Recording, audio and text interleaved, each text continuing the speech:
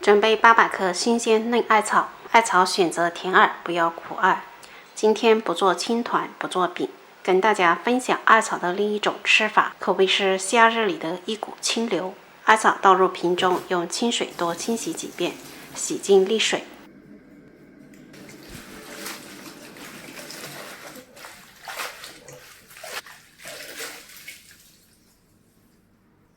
锅中提前烧一开水，艾叶放入开水中焯水1分钟，这样可以减少些艾草的苦涩味。焯好夹起来，放入清水中过一遍凉水，进一步去除苦涩味。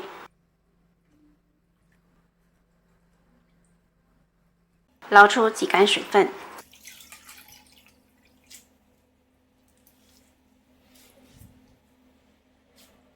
放入榨汁机中，加200毫升清水，将它打成艾泥。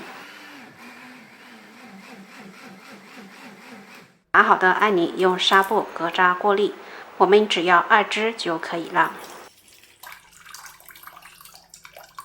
这艾渣可以加点糯米粉做成青团。往艾汁里加80克白糖、40克白凉粉，用筷子先搅拌混合均匀，再倒入800毫升清水，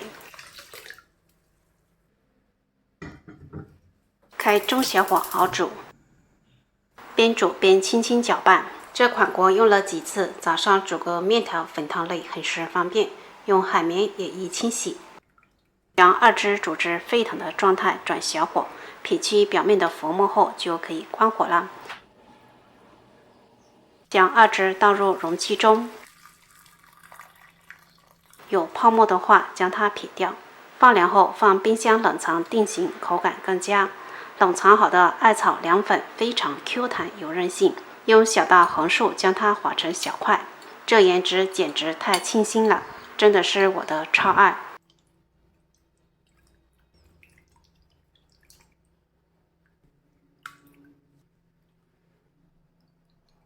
吃时撒上炒熟的花生碎或自己喜欢吃的坚果，不够甜的话淋上红糖糖浆或牛奶，淡淡的艾香，冰凉 Q 弹爽滑，真的超好吃。炎炎夏日解暑降火必不可少。